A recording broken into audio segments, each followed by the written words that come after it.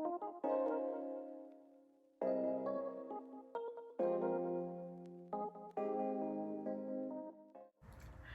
guys, and welcome back to my channel.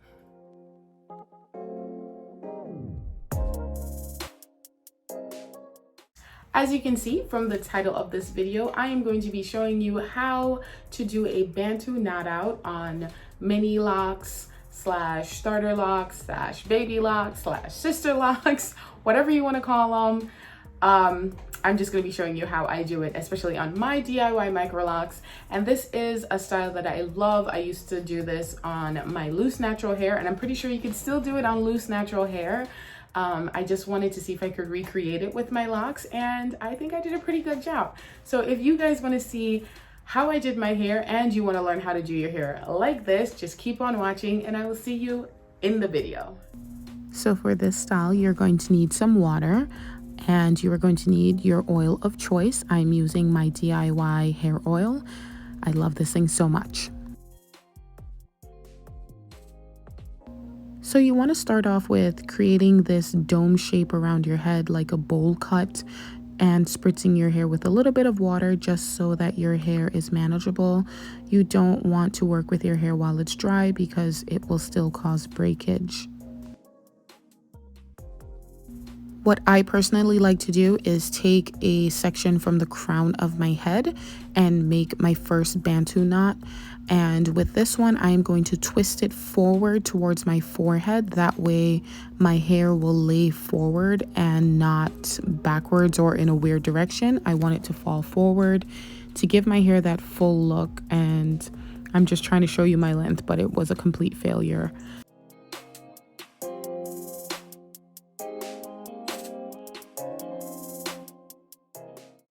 The next thing I'm going to do is split my hair in half, and if you have a ear to ear part, you can just follow that part and split your hair in half.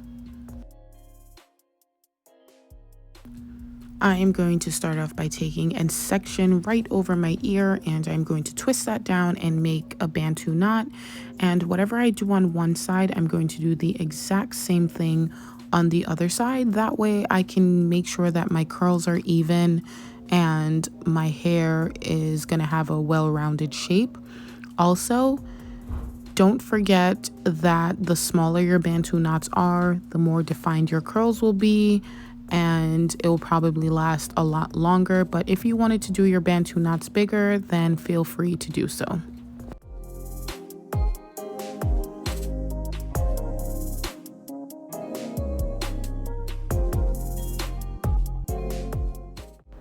Again, I wanted to point out that all of my twists in the front of my head are going forward towards my forehead. That way it will fall like I have bangs and just frame my face nicely. You do not have to do this, but that gives you that full look that I was going for. The back of my head, I really didn't care what direction they were going in. I just twisted them. But for the front, I made sure they were going forward.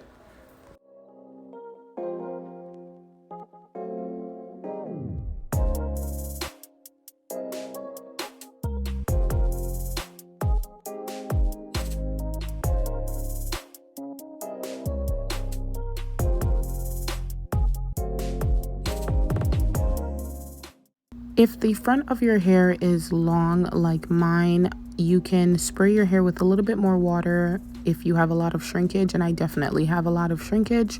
So I sprayed this section of my hair with a little bit more water just so that it would shrink and fall as if I had bangs, but I actually do not have bangs. So that is an option. If you want your hair to have a little bit more shrinkage, just put a little more water on it and allow your hair to shrink up a bit.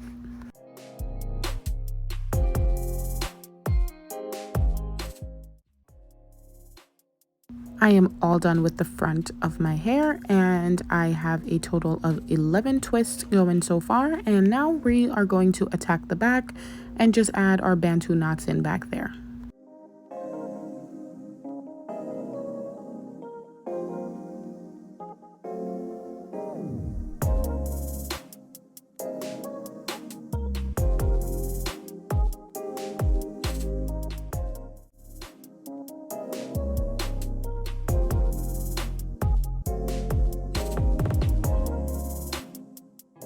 Alright guys, I am all done and I have 9 twists in the back of my head, so I have a total of 20 twists. This is where I like to add my oil, you guys. I put it on my scalp just so I'm adding some extra moisture to my hair. And this is a DIY oil that I have been using. You can use any oil of your choice. Just make sure that you like how it smells.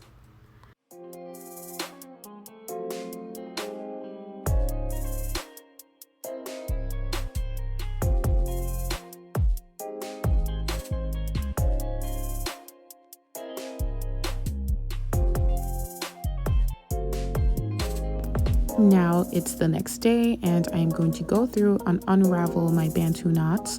I'm going to be gentle but not super gentle like a loose natural, but I do not want my curls to drop, so I'm just going to go through and separate my hair.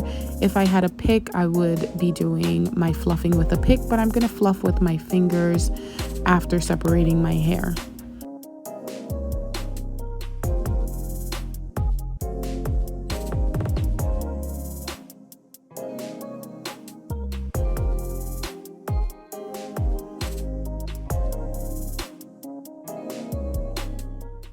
So I wanted to slow down just to show you that I'm literally just separating my twists and taking one section of the twist and running my fingers through it to separate those curls, and doing the same thing with the other side just to get those curls separated or get my locks separated to make my hair fuller. And I did it again just so you can see, and that's it. Just running my fingers down just to separate them so that I don't mess with my curls too much.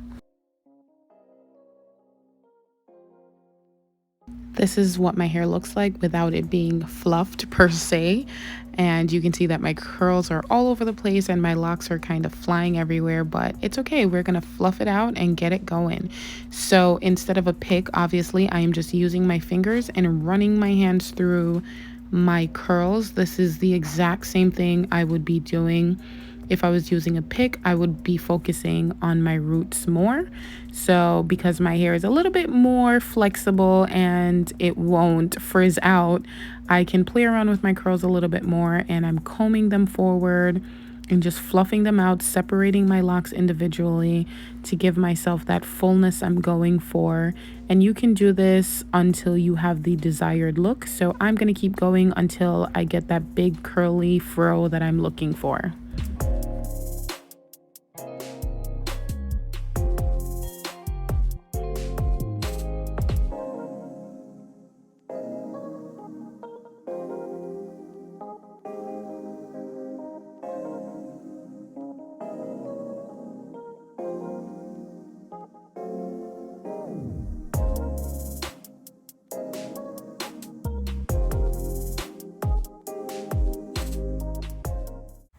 Thank you guys so much for watching. I hope you enjoyed the video. Don't forget to subscribe to my channel. It's on one of these things around here. And I will see you guys in the next video.